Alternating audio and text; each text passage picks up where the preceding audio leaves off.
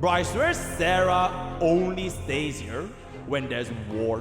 When there are things that are like disturbing the peace of the universe, Sarah will fucking pop up. I never ever see Sarah when I'm playing heavy games, like Uma Musume. The moment some shit like this happens where like the balance of HSR's power is about to be disturbed, like who is tier 0, who is tier 0. Bro, she fucking spawns in like a goddamn, I don't even know, bro. Oh, Sarah hates Phainon. Oh, wait, chill. Well, I love yapping about each other. It has been a while since we yap about each other, right? Bro, Phainon, right? Here's what I think about Phainon. I think that the way Phainon has been cooked up, right? He is the representation of what it's like to deliver consumers a very, very, very, very strong product. But just like any other DPS, while your strength can be very, very strong, right? Before he even got Savridra, he's like this strong with like all of the mechanics and everything. But just like every other DPS, like literally every single DPS HSR, and Phainon is no exception. Even though Phainon right now, he's doing very well, right? He's doing very well with Ting Yun. He can do Ting Yun, Bronya, RMC, literally like almost zero cost Phainon team. But going forward in the future, just like every other DPS, he's gonna want vertical investments. No questions asked. Like every single DPS HSR, they will all want vertical investments. Castris has this on Hyacinth. I'm not sure if she's gonna get even more vertical investments, right? For Phainon, she's gonna be getting Savridra. But if Savridra is gonna be the only vertical investment he's gonna be getting, there will be no exception that he's gonna fall off as well.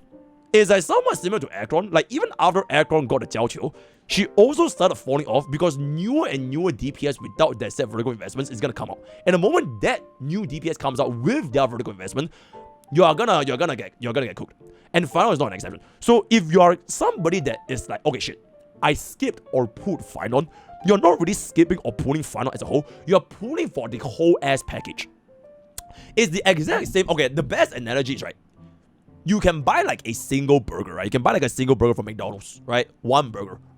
But the best value and the best taste for the whole meal is getting the set meal, right? You want a burger, you want the sides, you want the fries, you fatty bonbons, right? The drink, the dessert. To get the most satisfying experience for the meal, you buy the whole set meal, right? Instead of just buying like a single burger. Okay, maybe a burger is not even like cutting it. It's like you buy the fries or you just buy the drink, right? As a standalone, right?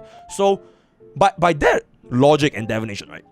If you're somebody that pulled for Phainon because you're like, okay, Phainon is now so fucking good with my Bronya and Ting Yun, I think within like 6 months or like the patch itself, eventually if you keep sticking with Phainon and you don't give him any other like set meals, right? You don't give him any other vertical investments, he's just gonna fall off again to either the same version supports that got vertical investments or the version 4 DPS that does not have vertical investments. Because do you really think they're gonna just release Phainon as a DPS without his vertical investments at launch? But they won't do the same for version 4? I don't think so, man. I feel like by the time version 4 was around, they're also gonna release a version 4 DPS that's almost exactly like Phainon. You don't need anything, right? Just right off the kit, they just give you one burger. He's gonna be absolutely insane. The version 4 DPS that needs no other like cost, right?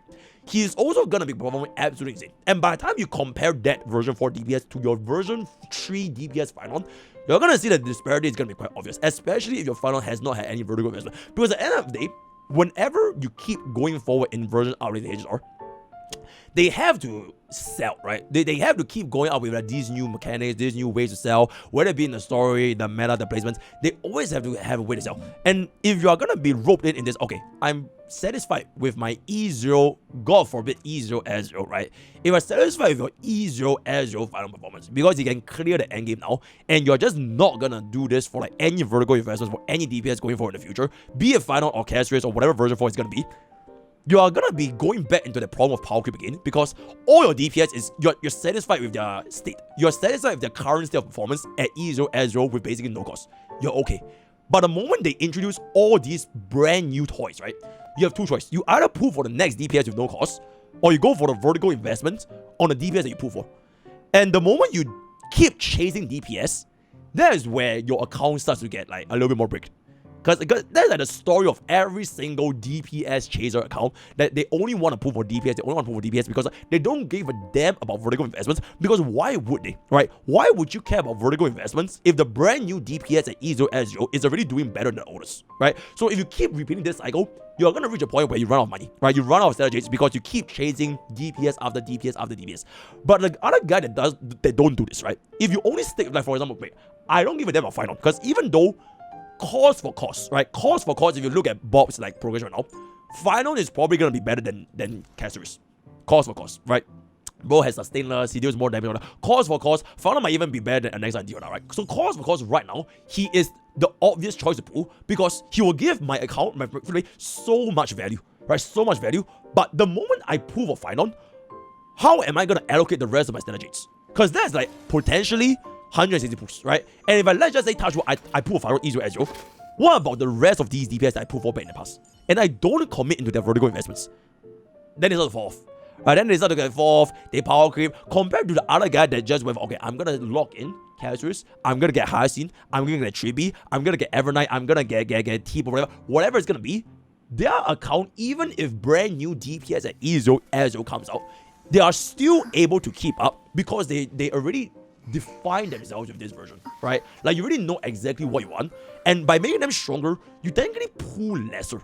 Because you wouldn't be tempted to pull for every single E0 S0 that comes out. Like even till this day, if you vertically invested into either Aggron or Phainon, are they the most comfortable? Probably not, right? They're probably not the most comfortable cost by cost, right? Oh my god, 14 cost clear, 18 cost, whatever. But the thing is, they don't need to pull for all these different DPS in the first place. Because they are already locked in for that set DPS. So in the grand scheme of things, eventually you're going to reach a point where, okay, I am kind of okay. I'm satisfied with my current vertical investment. Now I want to branch into more DPSs, right? Now I want to branch into version 4. Or like version 4, because there's going to be a lot of DPS in a single version anyways. God damn. Bro, chill, bro. Okay, bye-bye. Yeah, they're gonna branch into it. There are a lot of DPS to branch into in version 4. You don't have to pull for every single DPS in version 4. Just like you don't have to pull for every single DPS in version 3, right? So eventually, when you see a DPS that you like, right? When you know that, okay, this kid is good, I like their lore, I like their story, whatever, you commit, then you can do the same thing over and over again. And by the time version 5 goes around, version 6 goes around, you might not have an account that plays every single DPS, but you don't need to. So I think that is the general consensus for Phainon, his placements, and his future replacements, etc., etc. That being said, I think Serija will absolutely make him feel absolutely fucking insane, especially against Lycus. Okay, but boom. Yippee. Or maybe when you start on time and no 8 p.m. Bro, yesterday I started on time, you weren't there. I literally did I not start on time yesterday? I was hella fucking on time, bro. You have cooled your last cool, my man.